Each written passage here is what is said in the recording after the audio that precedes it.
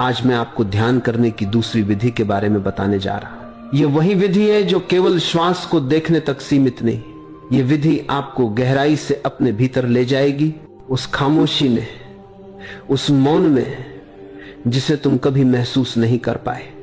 यह विधि तुम्हें साक्षी भाव की ओर ले जाएगी, जहां तुम देखोगे कि तुम केवल गवाह हो, केवल चेतना हो, और वही वास्तविक जीवन है। तुम सोचते हो कि श्वास केवल आती है और जाती है, लेकिन मैं कहता हूं इसके बीच में जो ठहराव है वही असली रहस्य है। जब श्वास बाहर जाती है और रुकती है, उस छोटी सी रुकावट को महसूस करो। जब श्वास भीतर जाती है और रुकती है, उस क्षण को देखो। यह वह पुल है जो जीवन और मृत्यु के बीच फैला है, और यह इतना सूक्ष्म है कि तुम इसे खो देते हो, क्योंकि मन कभी भी वर्तमान में नहीं होता। मन हमेशा अतीत या भविष्य में विचरण करता है, और यह खामोशी केवल वर्तमान में प्रकट होती है। जब तुम इस खामोशी पर ध्यान लगाते हो, तब धीरे धीरे तुम्हारा मन शांत होना शुरू होता है। तुम्हें अनुभव होगा कि तुम केवल शरीर नहीं हो, तुम केवल श्वास नहीं हो, तुम केवल विचार नहीं हो, तुम केवल गवाह हो।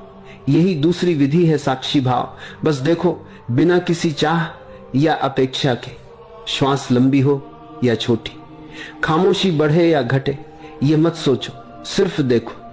जो घटित हो रहा है उसे होने दो। इस खामोशी में तुम्हारा अहंकार घुलने लगता है, डर पैदा होता है, तुम्हें लगेगा कि तुम गायब हो रहे हो। यही वो बिंदु है जहां अधिकांश साधक ठिठक जाते हैं, पीछे हट जाते हैं। लेकिन जो साहस करके आगे बढ़ता है, वह पाता है कि यह अंत नहीं बल्कि शुरुआत है।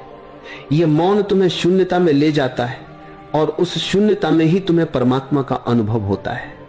याद रखो, यह विधि केवल तकनीक नहीं है, यह जीवन का रूपांतरण है।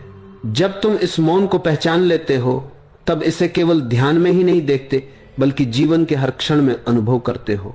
चलते हुए, खाते हुए, बोलते हुए, हर जगह यह मौन मौजूद है।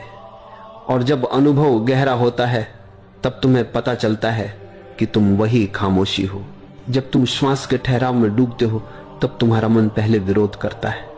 वो कहता है यह डरावना है, यह असहज है। लेकिन धीरे धीरे जब तुम बिना किसी इच्छा के देखते हो, तब मन का विरोध कम होने लगता है। तुम्हें अनुभव होगा कि तुम सिर्फ श्वास नहीं हो, तुम केवल गवाह हो। यह गवाहत्व तुम्हें जीवन का नया दृष्टिकोण देता है। जीवन केवल आना जाना नहीं है, मृत्यु केवल अंत नहीं है। यह सब प्रक्रिया है, और उस प्रक्रिया का केंद्र वही